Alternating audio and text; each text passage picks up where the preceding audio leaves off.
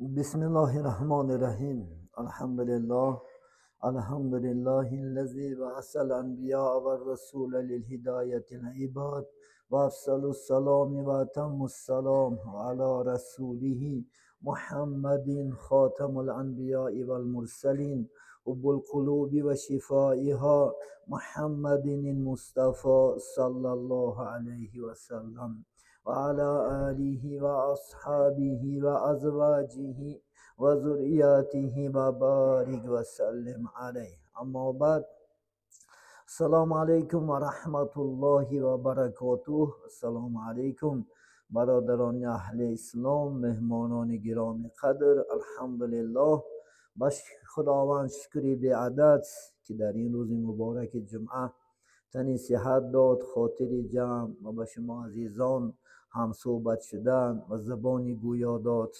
الحمدلله رب العالمین. با خداوند شکری بی عدد باد انشاءالله. البته الله خدا سبحانه و تعالی در قرآن عظیم و شان میگه الله ولی الذین آمنو. خدا دوستی شخصانی هستند که انشاءالله ایمان میارن و یگانگی الله سبحانه و تعالی را تن میگیرن و انشاءالله به خدا ایمان میارن، به یکاییشو، یعنی به قدرت و به صفاتاش، به ذاتی تنهاییشو. اینا همهش چی هستن؟ الحمدلله دوستای انشاءالله خدا حساب کرده میشود. یاد حق کن که میگه حق یادت کند، بندگی کن تا که آزادت کند. میگه دایم در یاد و ذکر الله باش و بندگی خدا را انشاءالله بجا بیار تا که الله تو را انشاءالله خدا خود آزاد میکند. از چی؟ از آتش دوزخ. صحبت صالح تو را صالح کند، صحبت طالح تو را طالح کند. وقتی که انشاءالله صحبتی که انشاءالله صالحا کرده می شود، عالما انشاءالله میشینی خدا خواهد، البته اصلاح میشوی. آیسته آیسته خطاهات خدا خواهد درک میکنیم، آیسته آیسته انشاءالله خدا خواهد گناهامون حساب کتاب میکنیم و بسوی انشاءالله صالحان قدم موندن انشاءالله سبب میشود. آدمای صالح، آدمی طالح که خدا خواهد انشاءالله، آدمی بدکردار، بدرفتار و بدگفتار و زانی و دزد و قمارباز شما را به چی دعوت میکند؟ انشاءالله به گناه دعوت میکند. برای صحبتی صالح تو را صالح کند، صحبتی طالح تو را طالح کند. اگر بدی میگو هم نشین چه خیل باشد همو خیل میشه. اگر بس میگه که در عرفیت با ماه شینی ماه شوی، با دیگ شینی سیاه شوی. چی معنی داره؟ بسیار حکمتی چقدر دارد، حکمتی چقدر دارد که اگر خدا خواهد انشاءالله با خوب باشین خوب این دلالت میکنن.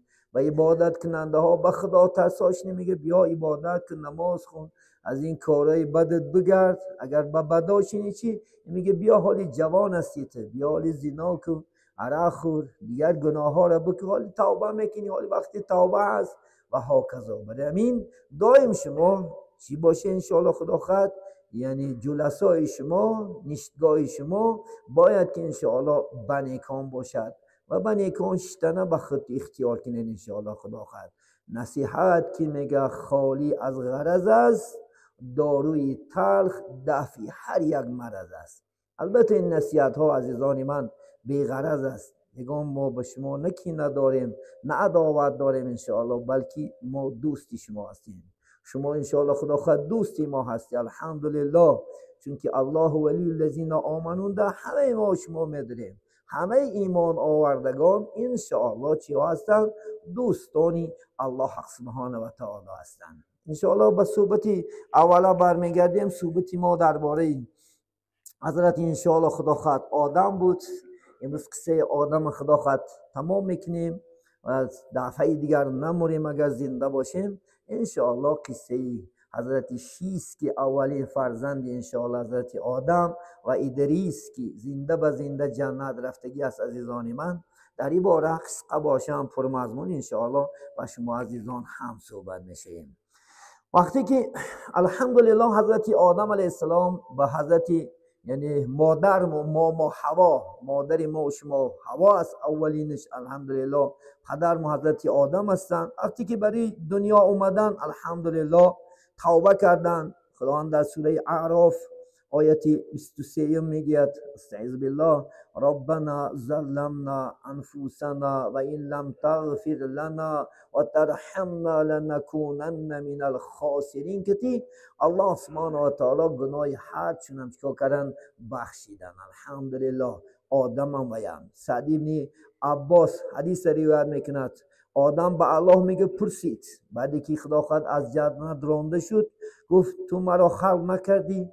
گفت بله. گفت آدم گفت من ترا خلق کردم و با من گفت روح بخشیدی جانم عطا کردی؟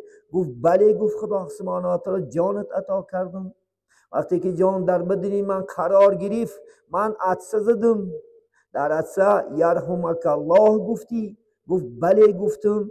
اکو گفت چقدر ماجراها، چقدر همین گندم نخور گفتی؟ نزدیکی نکی کردم، از درگاهت راندم کردی خدا خواهد انشاءالله و دنیا اومدم، اگر توبه کنم با به جنت داخل میکنیم؟ خدا گفت بله. الحمدلله.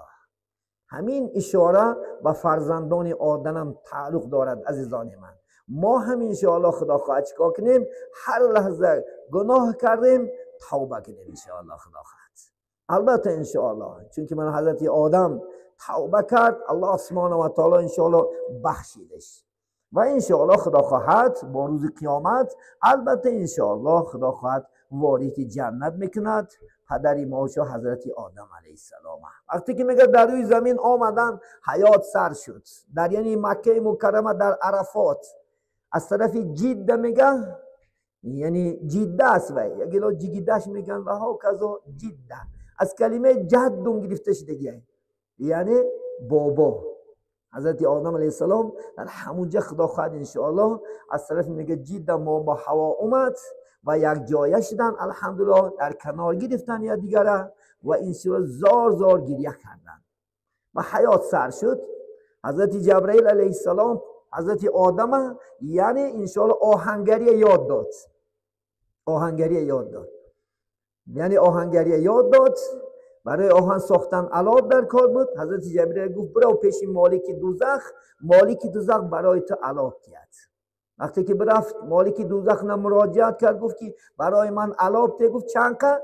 مانند یک خرمایی ته. گفت گفت اگر این مردن خرما بتیمت گفت تمام دنیا میسوزه، خیر نیست خرما را ته. گفت نیست هم بتیمت. آخر میگد یک ذره آورد میگد چند دریان شسته آوردش. بینین شسته آوردش میگه بالای کوه نموندنش بموندن زمان بکتش کرد چکا کرد علاب مکانش برفت. ای هوای موندگی دو همین علابی که ما شما دنیا استفاده میبریم از سنگ و دیگر چیزا پیدا شد. میگه آهن میگه چی ساخت؟ پیلیک ساخت. مثل ما شما جفتش میگه همین جفت ساخت حضرت آدم علیه السلام انشاءالله و از جنت خدا خواهد گوش آوردن و گاو انشاءالله خدا خواهد برای جفت کردن استفاده کردن و گندمش آوردن. گفت که اگه گندم میکاشی مهنت میکنی اگه خدمت میکنی میخری. عزیزانی من ما شما هم برای یک گندم چقدر خدمت میکنیم. وقتی که گاو میگه بس حضرت آدم علیه السلام سر کرد زمین جفت کنیا یک باره گاو میگه زد. گاو زدن بعد پیش گاو گب میزد.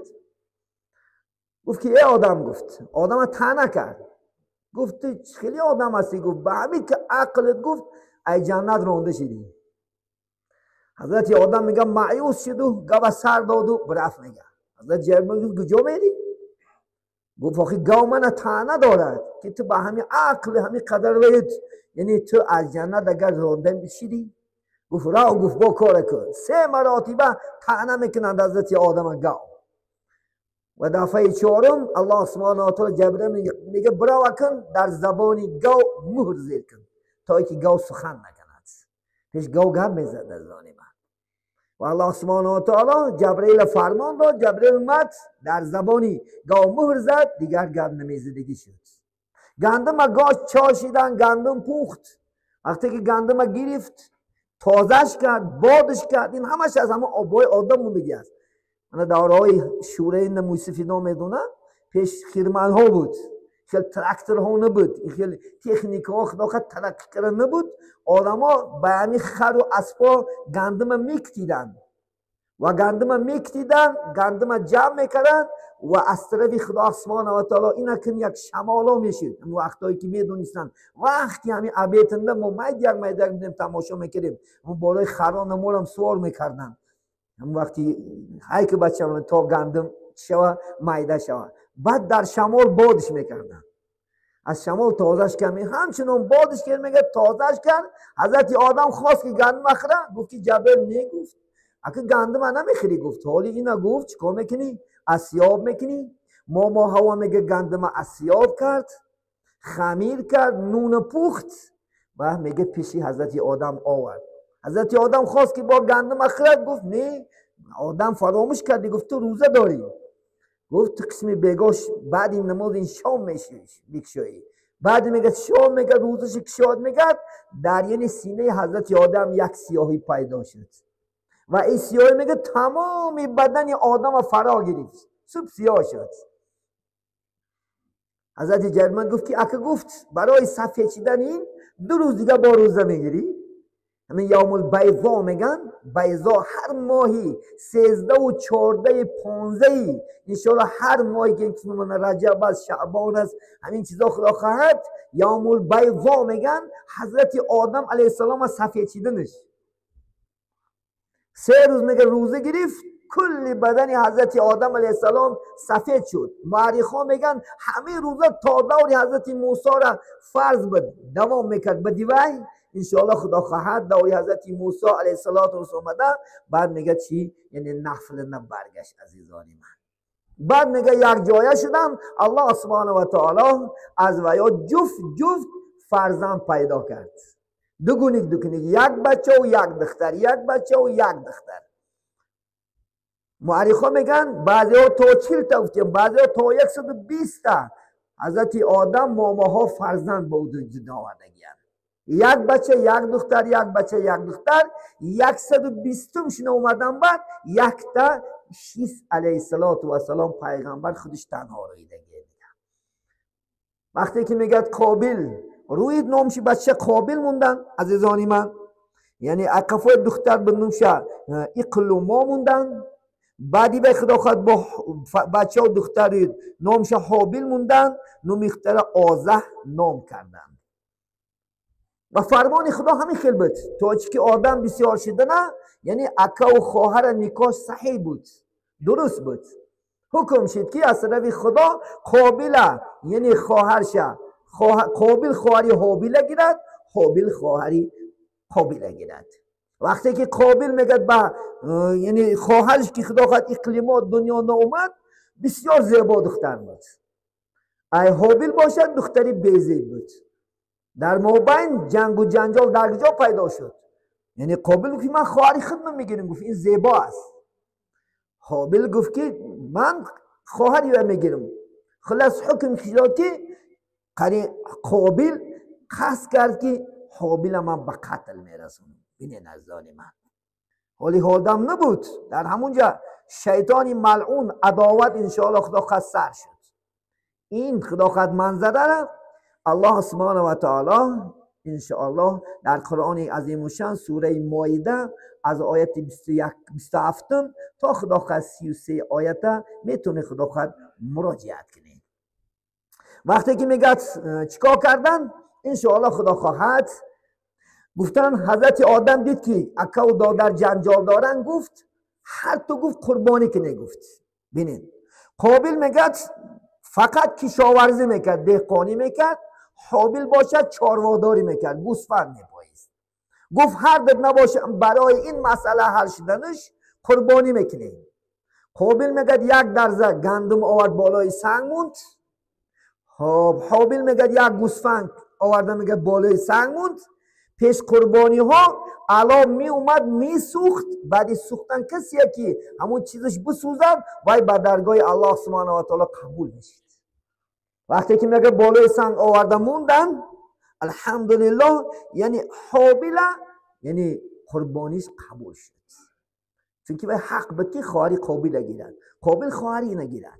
در همین جا انشاءالله عداوت پیدا شد و چیکار کردن انشاءالله خدا خواهد. من قربانی خودم که استعیذ بالله. واتل علیهم نبأ ابن آدم بالحق اذ قربا قربانا فتقبل من احدهما ولم يتقبل من آخر قال لأقتلنك قال انما يتقبل الله من المتقین. خدا خبر میدهد که آیا خبر کنیم برای شما دو پسر آدم را که براستی میگه اینا چیکار کردن؟ یعنی انشاءالله خدا خواهد قربانی کردن. قربانیش یکیش قبول شد و یکی دیگرش قبول نشد. وقتی که حابیل قربانیش قبول شد، قابیل انشاءالله چی گفت؟ لأقتلنک، اکه گفت من تو را به قتل میرسونم. حابیل چی گفت؟ انما یتقبل الله من المتقین. ای گفت قابل گفت خدا ای متقیا پرهیزکارا را گفت قربانیش قبول میکنه. در همین جا انشاءالله خدا خواهد چیکار کرد؟ عداوت سر شد، دشمنی سر شد. عزیزان من دوامی آیت خدا سوره مائده 28 چی میگه؟ لئن بسطت الی یدک لأقتلنی ما انا ببساط یدی الیک لأقتلک. اگر که دستی خط بسوی من دراز کنی برای کشتنی من، گفت حابیل، من گفت بسوی تو دراز نمیکنم، مطرح نمیکشم. گفت نترس، گفت چون که اینی اخاف الله رب العالمین، من از خدای عالمیان میترسم. ببین اگر مبادا تو من نمیکشته باشی نکی من انشاءالله خدا خواهد نمیکشم. دوامی آیت چی میگه؟ استعیذ بالله. اینی اريد ان تبوء باسمی و اسمک فتكون من اصحاب النار و ذلک جزاء الظالمین. من میخوایم که گناهی منم گناهی خودم برابر کنی. گفت اینه و تو گفت اگر مبادا منو بکشی تو از اهل دوزخ نشوی، تو از اهل دوزخ خودت حساب بکن. اینه چون که جزای ظالما گفت همین است. کسی که جزای ستمگارا ظالما گفت چی از گفت انشاءالله خدا خواهد یعنی چی میشه گفت دوزخ است. بعد میگه پای کشتنی یعنی قابل حابیل کرد. روز میگه در صحرا شیطان ملعون وقتی که حابیل دم میگرفت در گرمی ها، میگه قابل یاد داد، میگه شیطان سش دراز است، قصه میگم یک سنگ گرفت، میگه در یعنی سرش برداشته زد، سرش پچق شد و حابیل مرد. عزیزان من استعیذ بالله. فتوعت له نفسه قتل اخیه فقتله فاصبح من الخاسرین. میگه بحث میگه برادرش کشت و بعدش مثلا که یعنی کشتنش یک عادی ساخت و زیاکار شد. میگه به سبب چی؟ کشتن انشاءالله خدا خواهد یعنی برادرش. عزیزان من بینید وقتی که به کش میگه چیکار کردنش ندونیست، در پیشش گرفته این طرف میبردش اون طرف میبردش، حتی ای که فهمی یعنی گور کردن نبود در وقت، حالی هیچ کس نمرده بود. میگه چیکار کردنش ندونیست، مرده بو گرفت. عزیزان من الله سبحانه و تعالی با غمخواریش بینید. خدا در دامی آیت 31 چی میگه؟ استعذ بالله. فبعث الله غرابا یبحث فی الارض لیریه کیف یواری سواعة الاخی قال یا ویلتا اعجزت ان اکون مثل هذا الغراب فآوری سواعة اخی فاصبح من النادمین. میگه خدا دو تا زاغچه را میگه فرسوند، دو تا زاغچه را میگه فرسوند، دو تا زاغچه باید دیگرش جنگ کردن، یکیش میگه کش، میگه همون زاغچه میگه بنول و پاچکاش میگه زمین کافت. طرز گور کردن از زاغچه یعنی حابیل آفرید، شناخت. بینید وقتی که میگه همون زاغچه میگه زاغچه را کشتو با نوناش کاف کشاله کرده آورده چیکار کرد؟ پرتافتش در درمیانه و روش میگه با پوشوند. بعد تیز کرد که دیمک منم برادرم چیکار کردم در کار انشاءالله خدا خواهد یعنی دفن کردنم در کار. وقتی که میگه بعد میگه قبر کاف میگه، بعد چیکار کرد میگه یعنی برادرش به خاک سپارید. عزیزان من ببینید وقتی که سپارید میگه حتی که میگه قابیل چیکار نکرد؟ انشاءالله خدا خواهد توبه نکرد، نگفت که استغفر الله خداوندا من به خودت اگه میگردم پشیمانم نشد. خدای تعالی میگه زمین امر کرد که قابیل گیر. زمین میگه قابیل تازانوش گرفت. قابیل میگه دعا کرد پروردگارا، گفت شیطان گفت همین قدر گفت از درگاه رانده شد، تو گفت زمین نکشیدش کو منم میکشی. خدا گفت ای ملعون، گفت شیطان گفت برادری خودش نکشت. گفت خواب، گفت پدرم گفت خطا کرد، گفت منه در جنت گفت گندم نخورد، گفتش گندم خورد. گندم خورد گفت بین گندم خورد، گفت زمین نکشیدش کو. گفت زمین با کشش تا میگه نیست میگه کشید. گفت میگه که پروردگارا پدرم یک کلمه آموخت من در بالای عرش لا اله الا الله محمد رسول الله نیستگیشتگی. گفت چون که پدری من به همین حرمت کلمه ای یعنی محمد تو بخشی داده، به همین منم شفیع میکنم که منم ببخشی. میگه زمین میگه کشادش. به اینم خدا میگه و نشدو، میگه یک فرشته میگه به صورت یک سواره گسیل کرد، میگه اومد میگه چیکار میکرد، میگه بنیزه میگه میزدش تا قیامت میکشتش زنده میشه، میکش زنده میشه تا قیامت. انشاءالله خدا خواهد چیکار میکنه دوام میتید. عزیزان من ببینید کسی که انشاءالله خدا خواهد در این دنیا قاتل میشود، همین چنان انشاءالله خدا خواهد آدم کش میشود، خدا خواهد زیر لیوای همین قابل روز قیامت میخیزی. الله سبحانه و تعالی یعنی قتل کردن برای ما و شما حرام کرده است. پیغمبر نازنین محمد صلی الله علیه و که القاتل و المقتول فی النار، کشندم کشته شدم در دوزخه. مفسری محدثی کرام میگن که برای چی هم کشندم یعنی به دوزخ، کشته شدم به دوزخ، برای چی؟ سبب که انشاءالله خدا خواهد اینم حرکت میکند که خود چیکار کند؟ حمایت کند. برای همین ما و شما باید که در این دنیا قاتل نباشیم. کسانی که این کسب و کار میکند البته انشاءالله خدا خواهد روز قیامت البته انشاءالله همین زیر لیوای همین در دوزخ جزاش میگیرد. عزیزان من وقتی که آدم علیه السلام از حج برگشت، میگه ای حج گشته اومد، وقتی که میگه حابیل سراغ کرد، حابیل کجا باشد کافتکا کرد، میگه نیافت و در خوابش میگه دید که قابیل چی به قتل رسوندگی است. از فرزندش میگه ندامت کرد و فرزندش میگه بیزاری آقش کرد. عزیزان من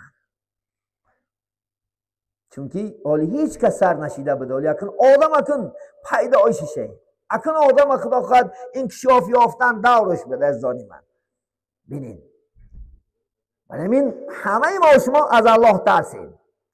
حضرت آدم علیه السلام 1000 سال عمر دیدگیان، 1000 سال حضرت آدم علیه السلام حیات به سر بردگی هستند. ببینید در دوام حیات 120 فرزند، 121مش 6. وقتی که حضرت آدم خدا خواهد الله سبحانه بعد قبری یعنی نشان میتید حابیل بسیار زار گریه میکنن، لیکن چی فایده؟ چی این پشیمانی ها این چیزا با چی فایده دارد؟ چون که انسان در دنیا یک می آید یک می رود، دیگر گشتن نیست. عزیزان من یک اومدن نه یک رفتن نه. بعد این خدا خواهد این پشیمانی امروز ما و شما هم امروز خدا خواهد نسبتی برادرها ما امروز هم شما و شما هم قاتل هستیم. کیا قاتل میشن؟ کسی که با کش گپ نمیزنه، کسی که با دادرش گپ نمیزنه، کسی که انشاءالله با پش گپ نمیزنه، با پچش گپ نمیزنه، با خوارش گپ نمیزنه، با دادرش گپ نمیزنه، با امش گپ نمیزنه، با خالش. این چون این نزدیکای انسان همین هستن، این هم قاتل است.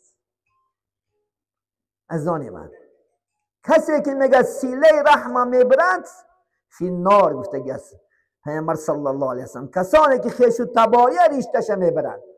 از تمام خیش و تبارا ما و شما هم چی هستیم؟ فقط برای دنیا هستیم. برای چی هستیم؟ از پشتی چیز، از پشتی زمین، از پشتی گم پول، از پشتی ماشین، از پشتی خانه، از پشتی در، از پشتی دنیا، از پشتی لباس ما و شما مرده جدا زنده جدا هستیم یا نیستیم؟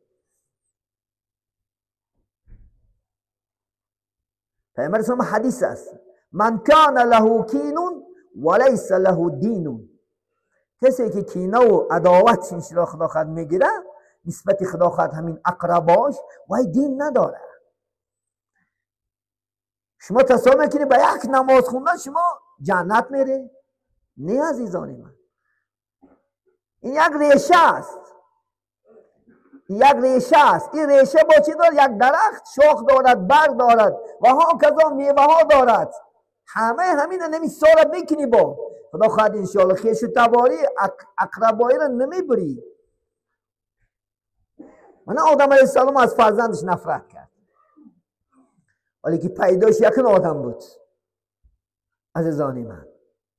و میگه حضرت آدم علیه السلام میگه در بستر مرگ بود دمای آخرش. بچه هاشا گفت یگان سه بیاره برای من.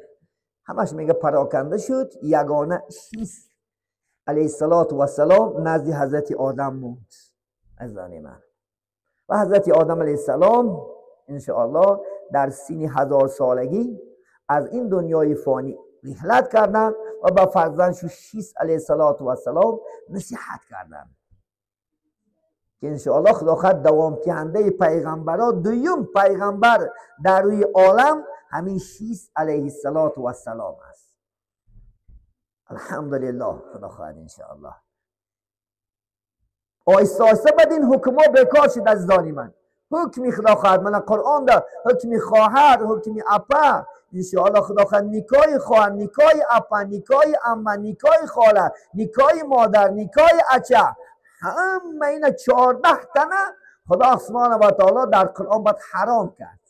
از این چون که حال پیدایش یکن آدم از سرچشمه بود این حادثه ها. بعدی که آدم دنیا را فرا گرفت، دنیا را تماما که آدم که زیاد که شد، این حکم ها الحمدلله بیکار شد عزیزانی من. امروز خدا خواهد انشاءالله حکم نکای خواهر، نکای اپا، نکای اما، نکای اگر پدر 10 زن گیرد همه زن برای بچه ها حرام است. چی یاش میگیرد چی پیر میگیرد فرقی ندارد. در سوره نساء الله سبحانه و تعالی این چیزا را چیکار کرده است برای ما شما بیان کرده برفت الله سبحانه و تعالی. انشاءالله الحمدلله حلال و حرام اونه که بعد ما هممون جدا میکردگیشتیم. این بود انشاءالله قصه چی حیات و فعالیتی حضرت آدم علیه السلام. کسی میگه در دنیا یعنی کشت و کار دهقانی را کی کرد؟ همین حضرت آدم علیه السلام کرده.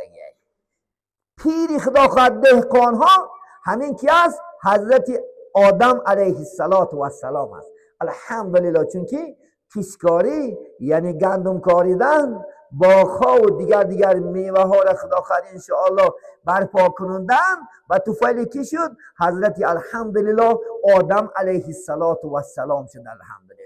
برای همین ما دایم در دعا البته پدر به یاد بیاریم، دایم در دعا مادر حوا را الحمدلله دایم، چون که اگر میگه در دنیا آدم نمی بود ما از کجا پیدا میشیم؟ داریم آدم علیه السلام اگر برای دنیا نمیمد ما نمی بودیم، در یه جا نبودیم. همون آدم ما هوا اومد حیات سر شد. خدا خواهد انشاءالله من تا قیامت ذریات های حضرت آدم علیه السلام الحمدلله چیکار میکند؟ ادامه میکند. خدا خواهد انشاءالله ما همون فرزند یهوه هستیم. پدر ما هوایه، مادر ما الحمدلله ما هوا هستن. خدا خواهد به اجازه این پدر و مادر با پدر و مادر اصلی ریشگی داریم. برای همین در هر یک دعا کنیم انشاءالله. خدا خواهد آدم علیه السلام خدا خواهد انشاءالله ما هوا مادرمون خدا خواهد انشاءالله دعا کنیم. و این چنین پدر و مادرایی که امروز ما و شما را به وای رسوندن اگر از دنیا گذشتگی باشن 5 وقت نماز دعاش کن. انشاءالله خدا زنده باشن رفته خدا خد خدمت چکن و پا استاده که خدا خد شای بیس لبیک گو لبیک گو خدا خد ها نگو و نگو وقتی که فریاد کرد که عبدالله گفت لبیک گو معنای لبیک من در خدمت تو تیار هستم مادر جان. مادر جانش کو ناموس نکن پدر جانش گفت میزه بوای تا حیات عمرش برای من شما خزون میشه یا نمی امروز 80 ندرمداش اگر 100 ساله مادر داشتش بچم میگه یا نمی 80 ندرمدی 70 ندرمدی همه چیز کنکریت ای لیکن بچم میگه الحمدلله.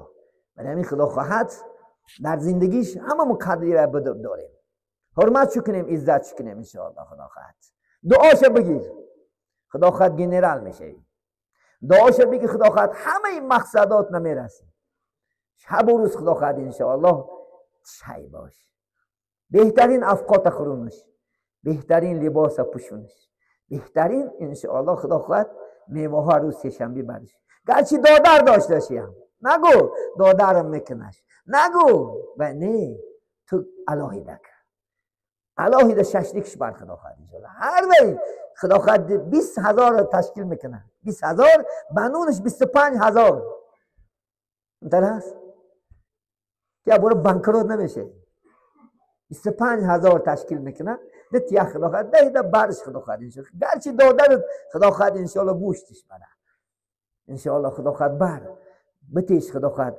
دعاشه بگی بعد مردن آواره نشو و صلات در سنگ میزنی داد میگویی واه میگویی این جورات همش دشمنه همه برای خودشه هر کس به زندگی خودشه درد میشینیدگی خدا خواهد انشاءالله گوش میکردگی دقت نمیشیدگی همون پدر مادره دیگه همه دقت میشه میگه دردت بیزار کردی که عرض اومدن میگیری نیکی پدر مادر هرگز خدا خواهد درد شما را فراموش نمیکنه هرگز انشاءالله خدا خواهد از شما بیزار نمیشه گرچه گنده باشیم عرخر باشیم زیناگر باشیم چی باشیم نیکی بچه‌ام میگن الحمدلله. برای این نزدانی من هممون چیکار کنیم خدمتاش بجا بیاریم انشاءالله خدا خواهد هممون انشاءالله خدا خواهد انشاءالله دعاش نگیریم جنتی ما و شما انا بیاهی دوزخ مونم انا بیاهی اگر خدمت چکنیم جنت میریم خدمت چه نکنیم دوزخ میریم راست گفتن که بعضی هستن که یک تا جنت دارن بعضی هستن که 2 تا جنت دارن گفتن 2 جنت چی هست هر دوش اگر زنده باشه گفتن 2 جنت است اگر یکی زنده باشه 1 جنت است. عزیزانی من انشاءالله خدا خواهد دائم خدمت کنه دائم حرمتش رو بجا بیاره دائم انشاءالله خدا خواهد در حیاتی کنش بعد مردن نده این 24 دروغ و این همش دروغه این جاله نیست اسلام ده نکی کاره در زندگی که خدا خواهد انشاءالله در زندگی میگه نکردی شادم بعد این مردن چی لازم داد و فریادم چی در کار دروغ گریسته دروغ بالا بالای برف دیده و دروغ مزار اومده هر پیشنبی و خودی که دوستش میدوست نه کسی دوست میداره خدا خواهد بالای قبرش اومده خورا من آفرینش میگم امروز پدرها شکایت دارن از بالای شما عزیزانی من گاها پیش کمپیرکا میدارم صحبت میکنم از بچه هاش ناراضی است باور میکنیم این حقیقت است میگه گاه خبرم نمیگیرد دامنا جان میگه چی در کار بود بعدی که مرد من سر شخردمو خدمتشو سر شخردمو گریهشو سر شخردمو 24 دروغشو ختمشو میگه در کار نیست حاضی بیارن میگن حاضی کنن انشاءالله من شما روزی میشه کودک میشین عزیزی من شما روز میشه محتاج خدمت بچه ها میشین کراشی میکنند کما تدین و تدام پیغمبر گفت چی معامله کردی هوای میگیری انشاءالله خدا خیر بزنه در خودت خفه چون که تو پدرت زدی ایشان 2 واقعه شد من بچهش میگه نگاری دیدم پدرش از زدگی آدم ها این به خدا بخبری هستی این از صحبت علما نشنیدنش است خدا خواهد از آیت و حدیث خبر ندارد این بدبخت انشاءالله و هم میگیرد روزی این گندگی چی میدانه پیش به پیش میراند من پدر مزدم بچم منم میزند بچم میزند. این عاقی والدین نمیگذرد. خدا گناهشان از خدا بترس. کسی که پدر مادرش ناراضی میکند امیدی نمازم نخونی میلش، من میگم نمازم قبول نیست، حجم قبول نیست، خیر احسانم قبول نیست. حواره نشم. همش بدفعلی نمینا هست. همش بدفعلی پدر و مادر است. الحمدلله. از خدا بترس. ان شاء الله خدا عاقی والدین الله نمیبخشه. عاقی والدین جنت حرامه. فقط جنت هم امید نکن، نماز هم امید نکن، عبادت هم امید نکن. یک دادش میگو یکی سحر مرده میمونه، بعد چیکار میکنی؟ بعد صلات در سنگ میزنی. من 2 موی سفید میدونم در شیار، 2 موی سفید. کلانش وفات کرد، خودش که یه روز شتیم یک سکمین کنده هم صبح شتیم گیریسته است از مادم امک برای چی میگیری؟ سبب گیریه چیست؟ گفت دامنا گپ نزن. چی شد؟ آخه یگان درد داشته گوین خیر ای دستمون بیاد یاردم میکنیم. گفتم این اکی کلانیم که تی پول ما هم یکتا بود، چیز ما هم یکتا بود، همه چیز ما بود. همین آخرون در وقتی مردناش نه یک گپی خطا زدم. حق خوردید یا دادر گفت میگه پسر. بعدی 3-4 روز میگه بیخبر موندم وفات کرد. همین در دل من ارمان موند. هر باری که میدلم داد گفتنی میآید، جای خوابش میبینم. همه خسال کردگی کارم بیکار شد. من حالا بخشم میگفت گریه میکرد، میدید من گریه میکرد. من اما جان گریه نکنین، شاید دعا کنین. نه یکن این چیز در دل میگه ارمان هم خیر مرده رفتن از دنیا. باید که من شما هم ارمان نشه خدا خد روزی. من شما هم پشیمون نشیم. بعد کاش که یک شب رفته دمگش نخواب میرفت گفتگی بعد پشیمون نشه خدا خد. یک رفتن یک بار برو خدا خد کناری مادر درا. یک جوان سوال داد منه که داملا جان من مادر ما چنان دوست میدارم که در کنارش خواب میرویم. روز کلان سال هستم. مادم هیچ خطا نیست و مادرت است. در آهای کودکی میگم بیاد میارم. در آغوشش آرام میگیرم. شب تا سر خواب میرم. مادرم که خطا از مادم هیچی خطا ندارد. دیگه دورهای کودکی من بیاد میارم که کودک بودم در کناری گرم مادر انکشاف یافتم. امروز کلان هستم از دوست داریم انشاءالله با مادر میگم مادم کاری خوب میکنی تا ای دستت بیاید خدمت کن. پاچکا کاش بوسه که خدا خواهد.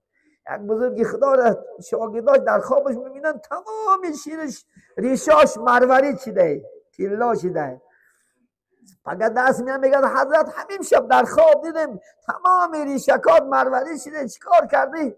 میگن همین دین خانه درام مادرم بیچاره پاچکلیش در بالای خاک گشته و همین ریشکان پاچکاش تازه کردم که تو میبینی که از طفل دعای مادر الله سبحانه و تعالی من به این چیز مبدل کرد. انشاءالله وقت هم شدگی از عزیزان من انشاءالله الله هممون توفیقی عبادت اولا توفیقی خدمت کردم به پدر و مادر خدمت کردم به خویش و اقربا را اله الله سبحانه و تعالی نصیب بدارد و دائم انشاءالله گذشته باشند دائم در دعا باشین. حتی بینید در نمازم گناه میپرسیم همه اللهم اغفر لی خوندن گیرین اللهم اغفر لی ولی والدی من پدر و مادر من و الاستاذ من و جمیع مؤمنین تمام مؤمنات تمام مؤمنات تمام مسلمین تمام مسلمات الاحیا مارم در قطار هوایا نه ما هم پرستیم گناهمون الاحیاء گفتگیش منم مغفرت کن منهم والاموات کسانی که از ما وفات کردن. عزیزان همین دعا هست بهترین دعا. الحمدلله خدا خواهد دائم گذشتاشم در دعا باشین. تونی خدا خواهد یک بار یک سیری عالم خاموش رو بیا یک سری قبرش بشه یک سوره یاسین بخون. از شیخ سیدی میگه بیا بر سری خاکم بخوان سوره یاسین که ثوابی بیگران دارد. الحمدلله حضرت امام پیامبر اسلام در اومدن قبرستان که سوره یاسین دارد دعا نکرده گذشتن. یک محال دیدن که سوره خدا خود تبارک ششته دعا کردن. سوره یاسین همه مردم در برابر میشد. عزیزان من انشاءالله دائم چون که غذای و یا چی هست؟ دعا هست. غذای ما زنده ها همین آش و نون و گوشت است. عزیزان من چند قدر دعا کنیم و یا آرامانه و خدا خواهد انشاءالله مزه کرده انشاءالله خدا خواهد خواب میروند.